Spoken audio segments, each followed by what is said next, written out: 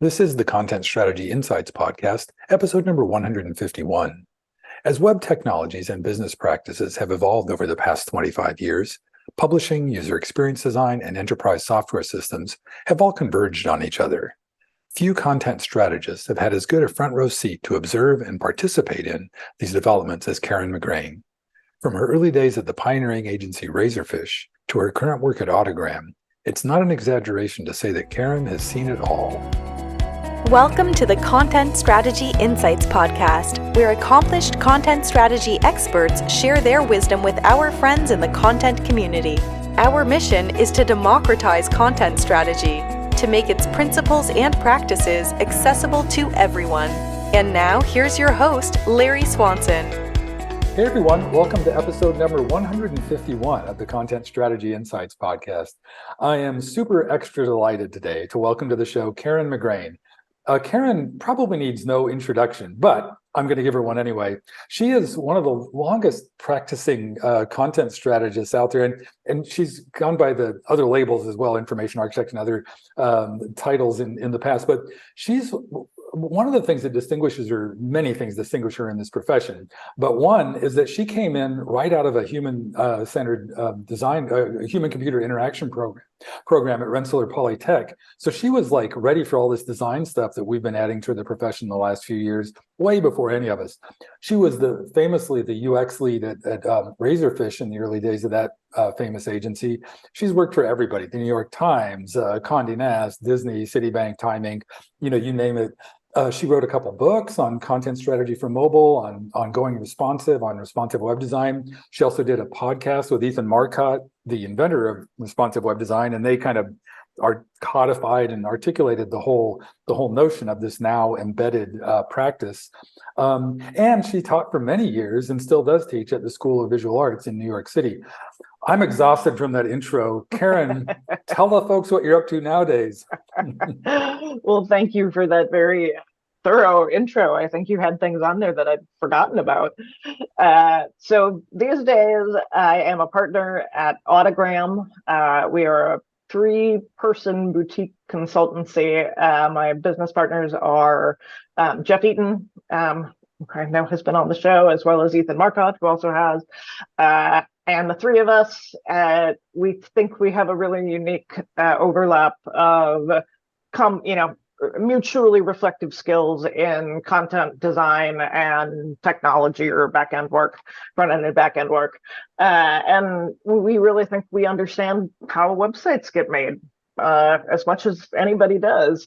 So our goal is to consult with enterprise clients. We're also starting to do some work with partnering with CMS integrators, working on helping organizations sort out their content modeling and in support of doing a big replatforming of a CMS or a redesign of a website.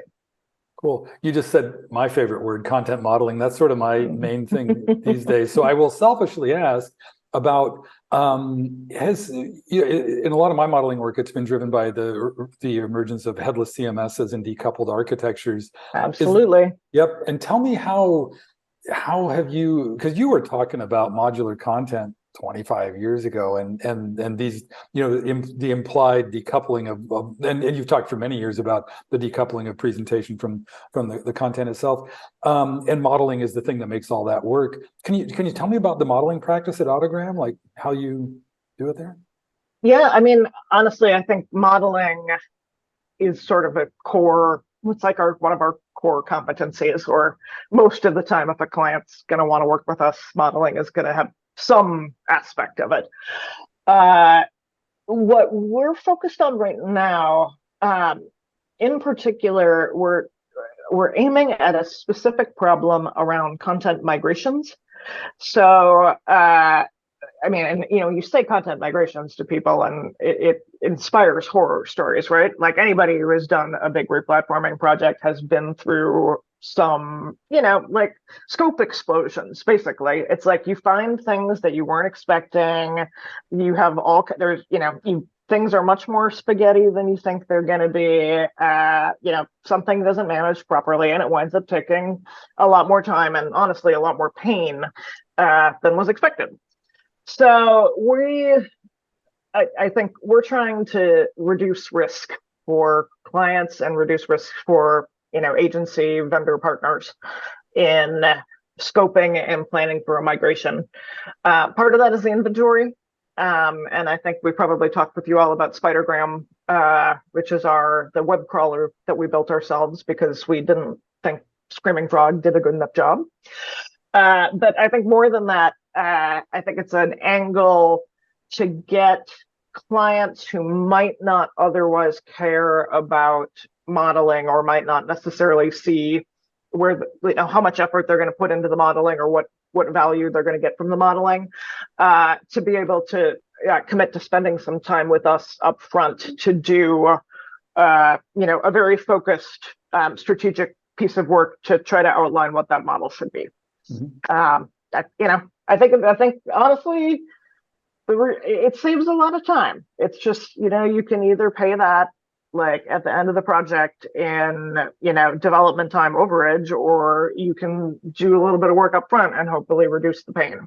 Yep. No, and the way you just said that too, I think I've just become more aware lately of the relationship between auditing and modeling. Like any modeling project starts with an audit of what you've got there. So there's that, but it also maybe it's because you put it in the context of a migration, that's the biggest, that's the unique one reason. I just had Paula Land on a few weeks ago, and she was talking about about the various intents of an audit, and one of them is that, like a content migration. So that's really interesting. And then is the intent to sort of like future-proof the content for subsequent? Well, I guess, does this get back into that decoupling too of like the content itself and what people are doing with it? Yeah. I mean, absolutely. I think the move to headless I think any of us working in this space see it as probably one of the major, I guess it's like one of the major technological evolutions or trends that we're all wrestling with right now.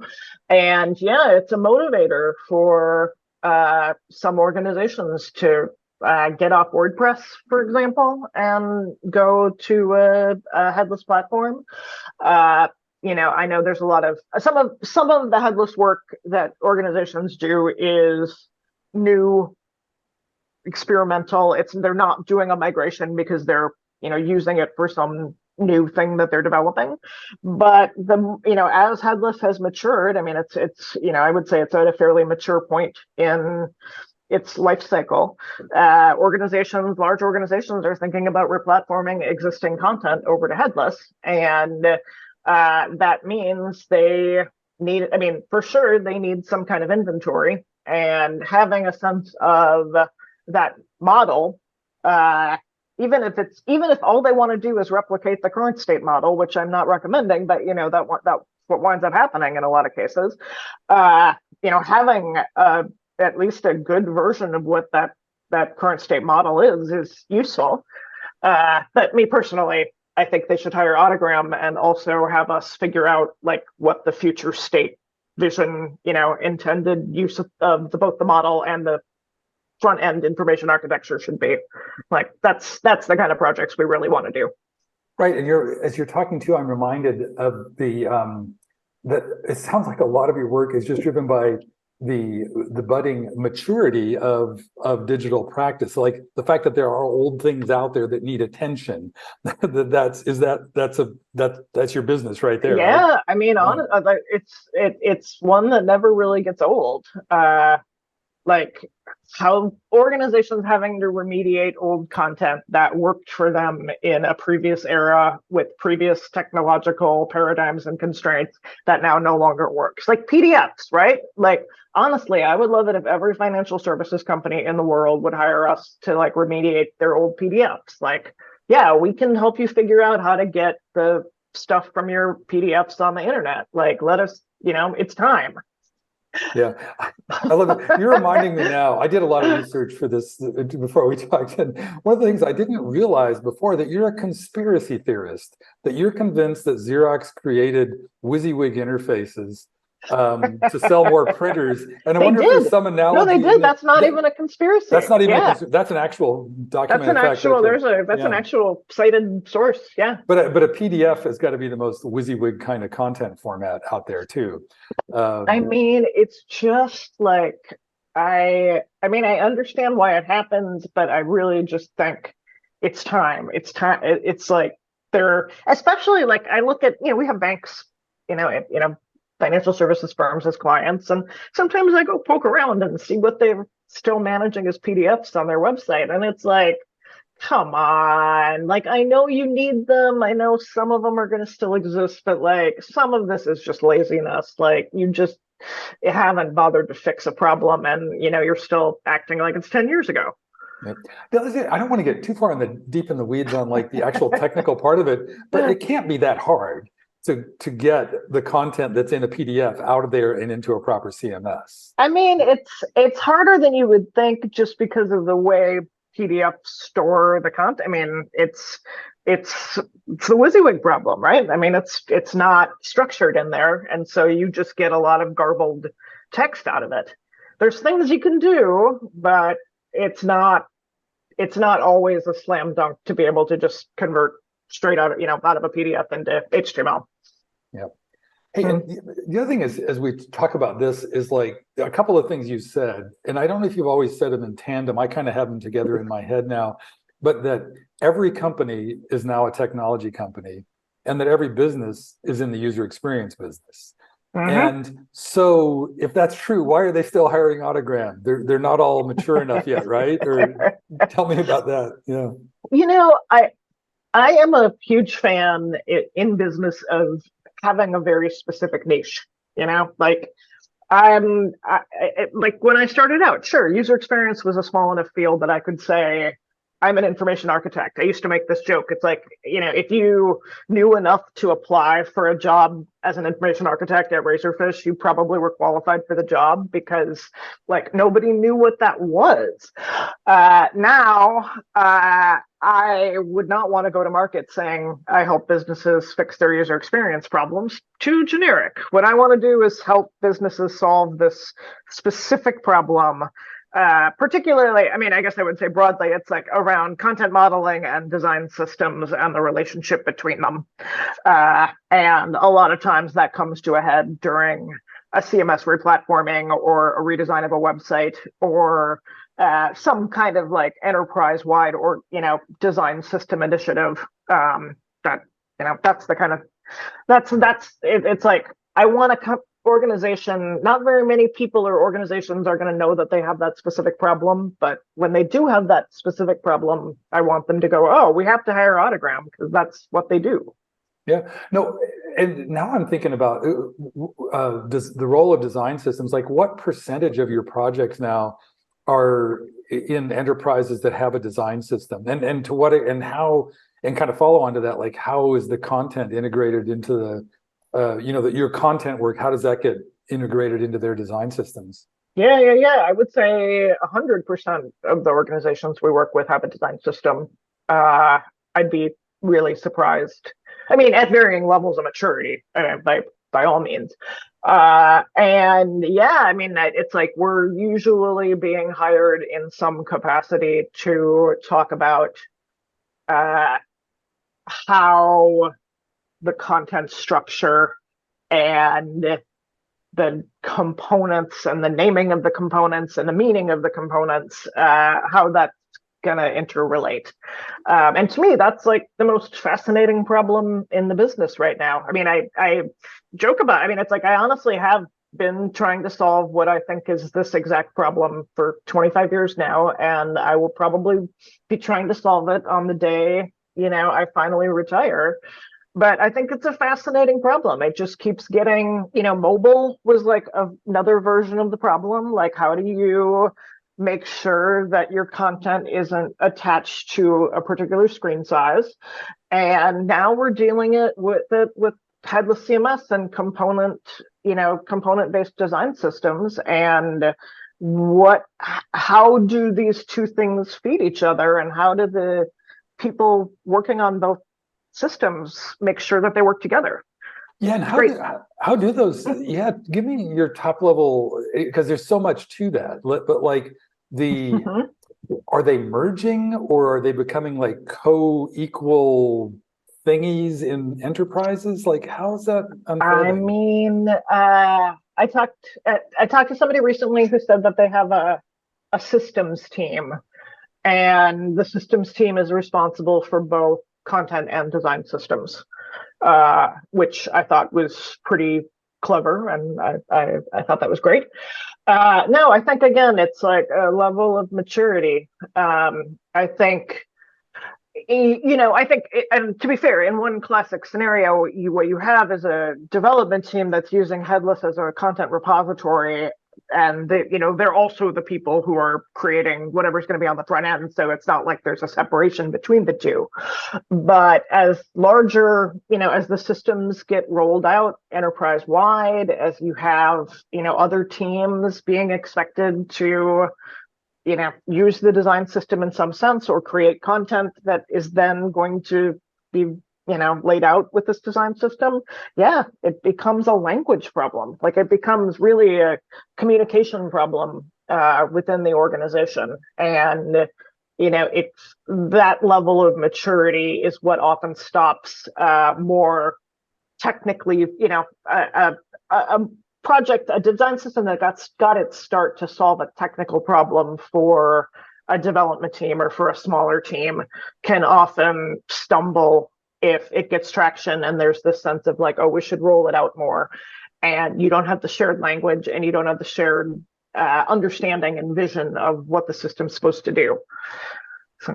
Right. And that shared understanding, that's so crucial in anything. But I'm just trying to picture like just one lens on that, like the authoring experience.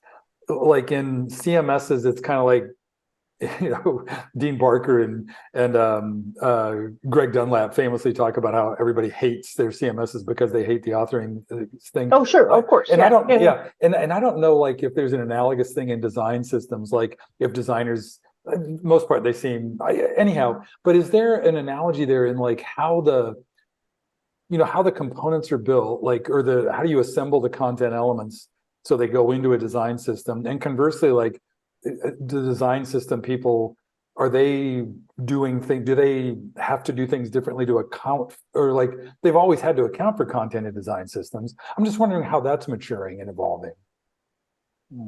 Yeah, I think, honestly, I think it's all over the map. And I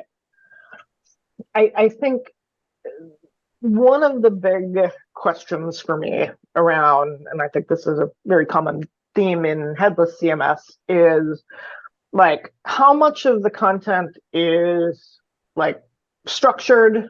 Somebody can, the content author is expected to be in there filling out content templates. And the goal is to have that separate from presentation. So they're not either like the content has low enough variability that they don't really need to be considering the design, or their role is set up in such a way that it's not expected that they should care about the design that much or have to worry about it. But that's just not how human beings operate. So then you get into the whole situation of like, okay, well then what do you do with preview?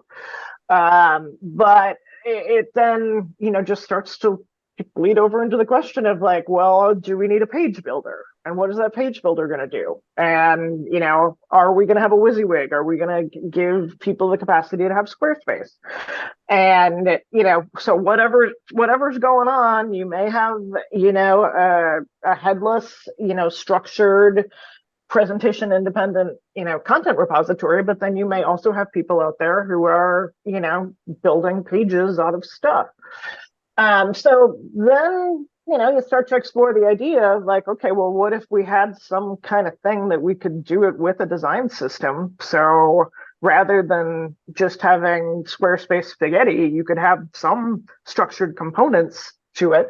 But then it really becomes a question of like, okay, well, what does that authoring experience look like? And how do you, convey to the people who are actually going to be constructing those pages, like what the rules are? How do you how do you make sure that the pieces all get put together in appropriate ways? It's not an easy problem, but it's a fun problem. No, it's really interesting too, because as you talk about that, I'm like the idea of a page builder, I just kind of bristle at it because I'm like, come on, people were in the 21st century. But the way you just said that, I'm almost wondering, one thing that occurred to me is like, can you harvest structured content out of some kind of page builder experience, that accounts for them. But also, I think the bigger thing about that is that a lot of that's driven by, I guess, what some people call the need for an omnichannel content strategy now. That like, I mean, when did you write the mobile book? That's like 10 or 12 years ago, at least. 2012. 2012, so 11 years ago. And so this has been a known issue for at least that long, and maybe a little longer. Oh, sure. Yeah. And so that need to accommodate different delivery places with the same or very similar content, and then that need to accommodate the human beings who are authoring it. You just talked about that a little bit, but have you figured out any like systematic ways or like authoring environments or authoring strategies to streamline that? Or yeah, I think so much of that is going to be tool dependent, right? Like, what capabilities does your CMS or your digital experience platform have? Is it a composable system where you may be using one tool for the headless piece and a different tool for a page builder, a WYSIWYG kind of thing? And then what's happening on the front end? Like what's going on with the front end developers that are actually working on the design system? Like, that's a whole workflow that would need to be mapped out for an organization to try to understand, like, what are the tools capable of? What are the content people capable of? What is the development team capable of? How much time do they have? And, again, I'll just keep coming back to, it's a language problem. Like, it's like you have to have a shared language for what it is that you're doing and why you're doing it. Otherwise, it falls apart. Yep. Yeah, and that language thing, all of a sudden I'm super jealous that you get to nerd out on language with Jeff Eaton all day. My God, it's the greatest thing. Our Slack is like the best place. Like, honestly, I mean, I have wanted to run this company with them as long as I've known them. I have thought, it would be really great as if the three of us had a company, and safe to say it is. Yeah. Clients should hire us just because we are so great to work with. Yeah, you've all collaborated. I know you had multiple collaborations with both of them prior. Was it just a matter of like time being right? Is that how you timing? I had to get Eaton to quit his job at Lullabot, but I was eventually successful. Nice. Yeah, and they seem to be doing okay without him. But I think that I mean, Lullabot's a great company. I have lots of friends from there. But so he was there a long time, and eventually you want to do something a little different. Yeah, no.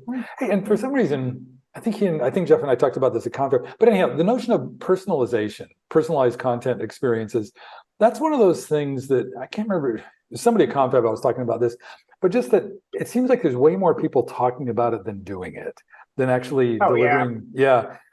What, do you have theories on that, or thoughts, or any success stories? Or I mean, personalization is not my thing.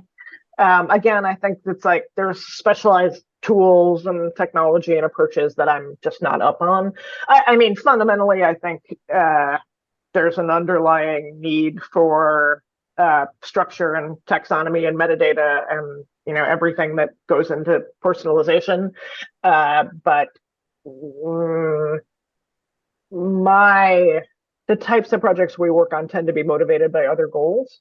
But yeah, I think, I mean, I've always thought of personalization as like a marketing shiny object. It's the kind of thing people get excited about, and they think they can, they'll throw some money at it and see what happens. I think we're going to be hearing a lot about AI used for personalization. Like, I mean, we're going to be hearing a lot about AI used for everything, but personalization, I think especially, is going to get on that bandwagon. Yeah. Hey, I guess I would be remiss to not get your take on AI, given that it's the spring of 2023. How is that affecting your work at the agency? Or is it, or are you kind of like Tell me how you all are approaching the AI. Yeah. In fact, a little plug for our newsletter. So, Autogram has a newsletter, and the issue that just came out yesterday was about AI. So, if anyone wants to subscribe to that, they can go to our website. Uh, to your specific question, no, I wouldn't say it has affected the work that we do. I mean, there's things we use it for, like AI transcription technology is delightful, and I mm, I have not personally gotten a lot of value out of using Bing Chat or Chat GPT, but there certainly are scenarios where I can imagine it might be useful for doing relatively routine tasks like uh, editing or reviewing something. I mean, I don't think I would use it for. I mean, it's not going to help me think about. It's not something where I would ask it to do work for me, but I might ask it questions. Eaton plays around with it. I know he's experimented with all kinds of things.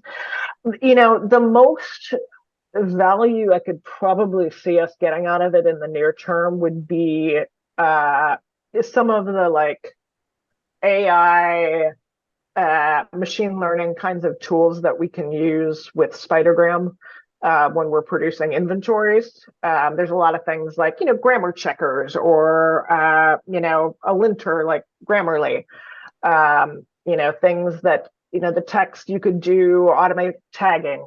Automated tagging, honestly, is probably, if you put a gun to my head and said, tell me what value you're getting get out of AI, I'd probably pick automated tagging. That's interesting. That reminds me again of the authoring experience, like because that's maybe it doesn't need to happen there now. Maybe you just have some, yeah. I have long said it's like you want to use computers for the things computers are good at, and you want to use them, there's some things that humans are bad at that computers are good at, and tagging is honestly probably one of those things. And I'm not saying that there's not going to be a human being still involved in the process, because of course there has to be. You need somebody to set up the conceptual space, the taxonomy, like the terms that are used. You've got to train the robots. But once you've done that and you have a process for reviewing things, yeah, let the machines go solve that problem. It's complex and time consuming, and people are bad at it. Yeah, and I think I'm always looking, not particularly lazy, but if a machine can do it for me, I'm all for it. It's yeah. I mean, like there's some things machines are better at doing, and I think that's what's weird about AI is that now it seems to kind of be blurring. I mean, it's like back in the day, it's like, well, computers are really great at doing math. That's why we invented them, is because math is hard and machines are better at it. And over the years, there's been increasing numbers of things that computers are good at, and now it's starting to get into some weird territory where it's like, is it good at things that we think we're good at? Like, that's supposed to be our stuff to do. But I don't think it's really true. No, I think I've been binging a ton of like HBR and other podcasts and the AI gurus out there, and they all and the business ones always say the same thing, that like every tech innovation like this that's come along has created more jobs and made work more arguably more interesting. That might be some propaganda, but generally, it's generally a positive thing. But it's always like kind of stressful in the transition. Yeah. I mean, there's that old truism that like any technology invented before you were born is just, the nature of things and has always existed. And any technology invented between the time you were born and age 30 is a cool new thing that, you can stake your fortune on. And any technology invented after you're 30 is the devil and, should be feared. And I kind of feel like, I mean, I have the sense of myself as like now a person in their 50s who's been doing this for 25 years, where AI kind of has me doing my, grandpa, old man shakes the fisted cloud thing. Like, but the thing is, the kids these days, like, I guarantee there's a bunch of 20-year-olds right now that are going to stick, their career doing entry-level AI work at some company, and I don't know what that's going to be, but they'll do it. And kids who haven't been born yet, who knows what's going to happen? Yeah. Hey, Karen, I can't believe it. We're already coming up close to time, but I want to make sure before we wrap, is there anything that's come up that you want to elaborate on or that you just want to make sure we talk about before we wrap up? It's funny, like I find myself musing over my career, and I I feel like I always want to give a shout out to like the early days of Razorfish. Like I started there in 1998, and we had an information architecture practice. We had a content strategy practice. They were not the same thing. We had a robust user research practice. I mean, this was all back at a time when the people like seemed to think was like prehistory. And I was like, no, we were doing it back then. I mean, I was literally making spreadsheets of websites, 25 years ago. And it's like, I get that it's fascinating to see both how much the web has changed, but yet how much is still the same. Like, I think you mentioned as we were chatting, like I gave the talk at the first information architecture summit, IA summit in Boston in 2000, and talked about, component-based content. And I feel like I have been solving that problem for my entire career. But to give a special shout out to Razorfish, like I got to work back in those days with a lot of really very, very smart, talented people who all went on to successful careers in the field. And it was fun to be around other people who cared about information architecture when nobody else knew what information architecture was. Nice. Yeah, and you look around our landscape, and there's still a lot of those alumni who are leading really brilliant big organizations now. Mm-hmm. Yeah. So it's stuck. Yeah. Well, thank you so much, Karen. Oh, one very last thing. If people want to follow you online or stay connected, what's the best way to connect with you? That's such a fraught question these days, because normally I would say Twitter, but I mean, so you could follow me on Twitter. I am still there. I am on Mastodon. I am on LinkedIn. But I don't want to talk to you on LinkedIn. So, or if you want to connect with me you can connect with me on LinkedIn, but that's not where I want to be friends. I am on Reddit. I am a mod on the RUX design sub. So if you want to check that out, that would be cool. Also, when Twitter collapsed, I kind of shifted my social media energy over to Reddit, and now Reddit is collapsing. So I don't know, Mastodon might be your best bet in the future. Or go to autogram.is, that's our URL, autogram.is, and sign up for our newsletter. Great. Well, thanks so much, Karen. This was such a treat to get to talk with you. Yes, it's great to talk to you too. I had a lot of fun. Thank you for listening. If you can think of a friend who might enjoy this episode, please share it with them. And please join us again for our next content strategy interview.